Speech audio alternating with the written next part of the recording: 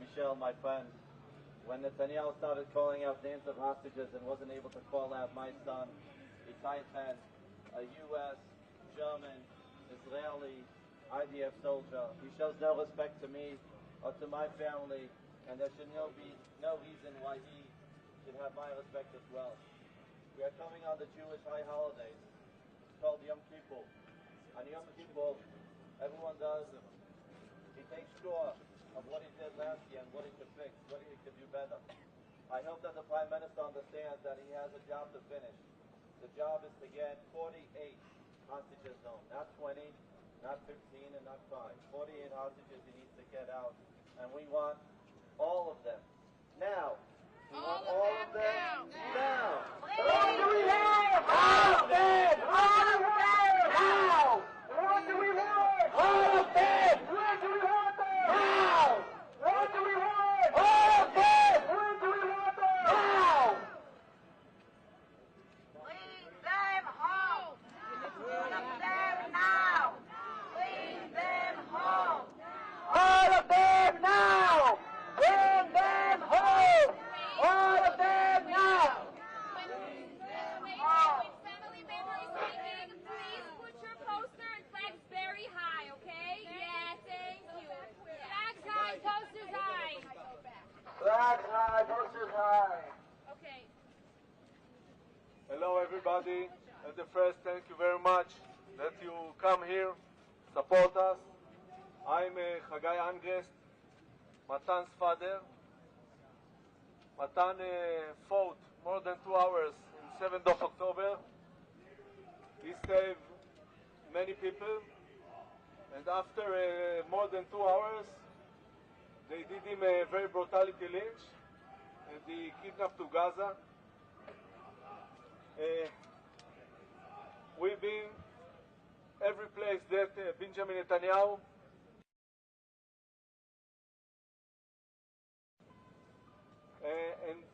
and told him, we want only to put a complete deal on the table and finish the war, and we want to see all of them, all the 48, return to Israel. And before it happened, we didn't stop, and he knows it. Benjamin Netanyahu knows that we are fighters. More than 80% people in Israel want to see all the hostages return, and it will be happen. Thank you very much. Yes, thank you. You are not alone. You are not alone. You are not alone. You are not alone. You are not alone. Another family member speaking. You just joined the father of hostage involved crime. Please put your flags high, put your posters high. Thank you.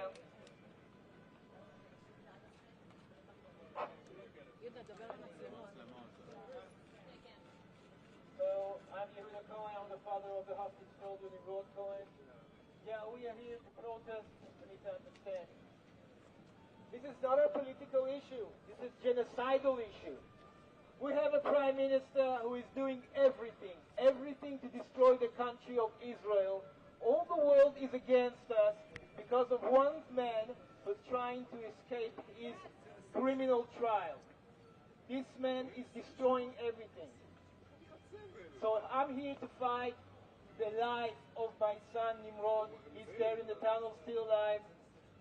Fight against a person. It's called Netanyahu, who decided to bring down the country of Israel so he will survive. He will take anyone. He will take Sinwar into his government. By the way, he financed Sinwar in the past. He financed Hamas. He built Hamas. He's the one who is responsible for the events of the 7th of October by 2 reasons. First of all, he made Hamas and gave Hamas the capability to do the heinous attack on the 7th of October. Second, he knew there's going to be attack, but he was more concentrated on breaking down the judgmental system in Israel so he can nominate his judges and dictate his verdict to them. This is the man we are dealing with. I just came out from the UN from his speech for his pack of lies. So yeah, many of the delegates there went out. The assembly was nearly empty, but we had flip-flops out back. People who came to cheer him up and clap hands. He always does those tricks. So thank you for coming. And we need all the support. We need all the power to make this horrible man end the war and go to a ceasefire. If it means we need to support every European act, they are the only ones that are really with us. Any act, sanctions of this heinous government of Netanyahu, band of arms, Israel in a so bad state. It's like a patient with cancer cells are the government ministers and the Prime Minister. And yeah, Israel has to go through a chemotherapy treatment to stress the country so it can get rid of its cancer. Be a mark of shame on all of you. But wait a minute, Mr. Prime Minister, they tell me. Wait a minute. We believe in a two-state solution. The Jewish state of Israel will live side by side in peace with the Palestinian state. There's only one problem with that. The Palestinians, they don't believe in this. They never have. They don't want a state next to Israel. They want a Palestinian state instead of Israel. And that's why every time they were offered a Palestinian state, but were required to end the conflict with Israel and recognize the Jewish state, every time, over the decades, they turned it down. And this is why every time they were given territory, they used it to attack us. In fact, they effectively had a Palestinian state in Gaza. So what did they do with that state? Peace? Coexistence? No. They attacked us time and time again. Totally unprovoked. They fired rockets into cities. They murdered our children. They turned Gaza into a terror base from which they committed the October 7th massacre. So here's the uncomfortable truth. The persistent Palestinian rejection of a Jewish state in any boundary is what has driven this conflict for over a century. It is still driving it. It's not the absence of a Palestinian state. It's the presence and existence of a Jewish state. And I find it amazing that the foreign chancelleries and the ministries and all those who pontificate about this, and the leaders, how can they not see this basic truth when it is repeated again and again and again ad nauseum? And I want to say something else. This rejection of a Jewish state not only applies to Hamas, it also applies to the so-called moderate Palestinian Authority. You should know that the Palestinian authorities pays terrorists to slay Jews. The more Jews the terrorists slay, the more the Palestinian Authority pays. The Palestinian Authority names its government buildings, its public squares, its schools, after the mass murderers of Jews, which they glorify as martyrs. They pay and glorify not just the killer of Jews, but also killers of Christians. Christians like Taylor Force, an American veteran who was brutally murdered in Israel by Palestinian terrorists. But, that I hear from the Western leaders. They tell me, the PA crystals, it will reform. And I know this time, Prime Minister, it will be different. Yeah, right. We've heard these promises for decades. They always promise. They never deliver. Because you see, the Palestinian Authority is corrupt to the core. They haven't elected in 20 years. They use the same textbooks as Hamas, exactly the same textbooks. They teach their children to hate Jews and destroy the Jewish state. And Christians don't fare much better. When Bethlehem, the birthplace of Jesus, was under Israeli control, 80% of its residents were Christians. But the PA2 control, that number has dwindled to under 20%. These are the people you want to give a state to? What you're doing is giving the ultimate reward to intolerant fanatics who perpetrated and supported the October 7th massacre. Giving the Palestinians a state 1 mile from Jerusalem after October 7th is like giving Al-Qaeda a state 1 mile from New York City after September 11th. This is sheer madness. It's insane, and we do it.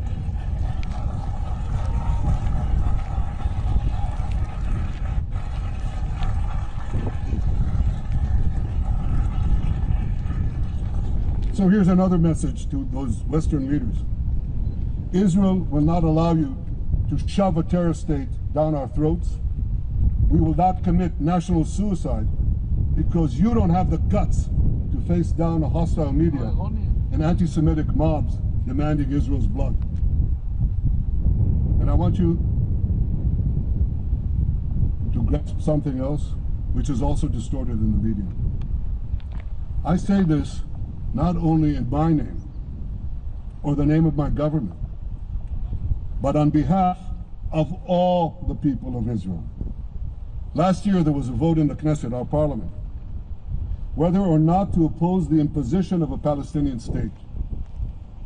Want to guess what the results were? Out of 120 members of our parliament, 99 voted against and only 9 supported. That's over 90%. It's not a fringe group. It's not the Prime Minister who himself is extreme or he's held hostage by extreme parties to his right. It's over 90% of Israelis. My opposition to a Palestinian state is not simply my policies or my government's policy. It's the policy of the state and people of the state of Israel.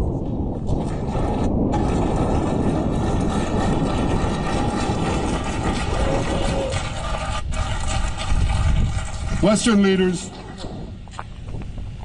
may have buckled under the pressure. And I guarantee you one thing, Israel won't. Israel's victories over the Iranian... Thank you, I know you won't too, that's good. Israel's victories over the Iranian terror axis have opened up possibilities for peace that were unthinkable 2 years ago. Take Syria. For decades, the very idea of peace between Israel and Syria seemed unimaginable. Well, no more. Today, we have begun serious negotiations with the new Syrian government. I believe an agreement can be reached that respects Syria's sovereignty and protects both Israeli security and the security of the minorities in the region, including the Druze minority. From the founding of Israel, Jews and Druze have been brothers in arms. We have fought together, we've bled together, we built our lives together.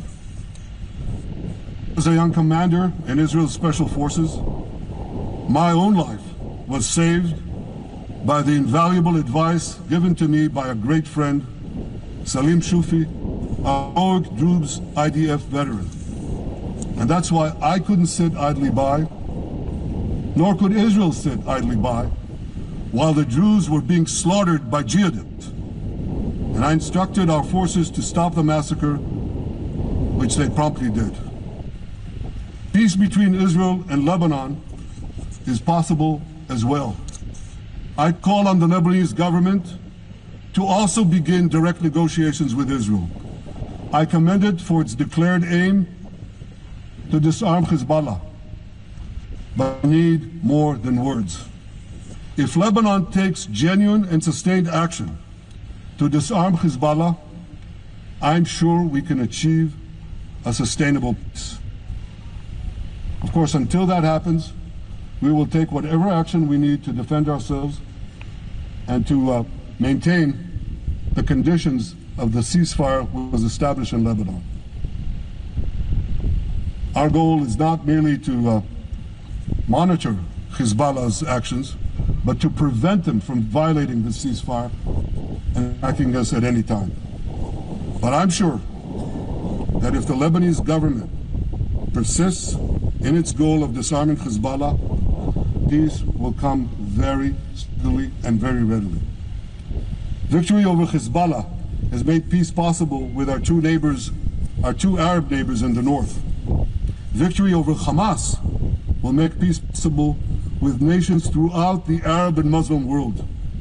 Our victory would lead to a dramatic extension and expansion of the historic Abraham Accords, which President Trump brokered between Arab leaders and myself 5 years ago.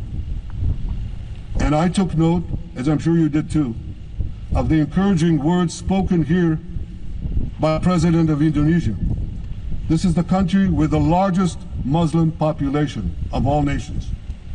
And it's also a sign of what could come. Forward-looking Arabs and Muslim leaders know that cooperating with Israel will provide them with groundbreaking Israeli technologies, including in medicine and science, in agriculture and water, in defense and AI, and so many other fields. I believe that in the coming years, the Middle East will look dramatically different. Many of those who wage war on Israel today will be gone tomorrow. Brave peacemakers will take their place. And nowhere will this be more true than in Iran. The long-suffering Iranian people will regain their freedom. They will make Iran great again. And our two ancient peoples,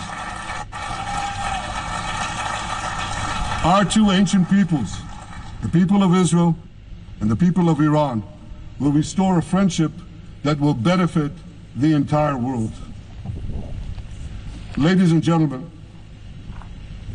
the horrors that happened on one dark day, October 7th, those horrors happened countless times during the centuries of my people's exiles among the nations. Jewish blood was cheap. Jews were killed with impunity. We had to beg others to defend us. The rise of Israel did not mean that the attempts to destroy us would end. It meant that we could fight back against those attempts. And that is exactly what Israel has done since October 7th. Our sons and daughters fought like lions. Our brave soldiers donned uniforms and rushed into battle. They were armed with the dreams of the 100 generations of Jews who came before them. The dream of living as a free people in the land of Israel, our beloved homeland for more than 3,000 years. The dreams of living in our own independent state. The dream of having an army to defend ourselves. And the dream of being a light unto the nations, a beacon of progress, ingenuity, innovation for the benefit of all humanity. On October 7th, the enemies of Israel tried to extinguish that light. 2 years later, the resolve of Israel and the strength of Israel burned brighter than ever. With God's help, that strength and resolve would lead us to a speedy victory and to a brilliant future of prosperity and peace. Thank you very much.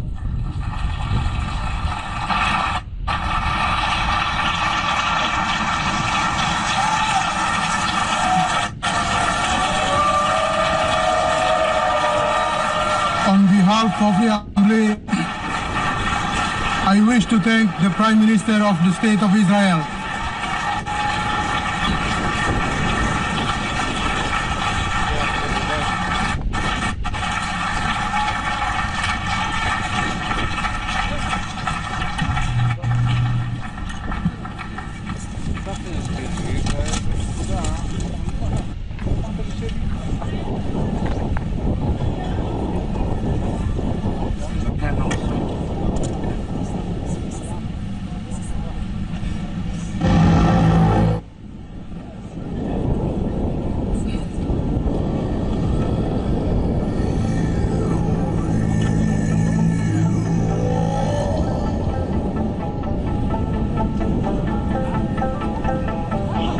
The Assembly will now hear an address by His Excellency Muhammad Shehbaz Sharif, Prime Minister of the Islamic Republic of Pakistan.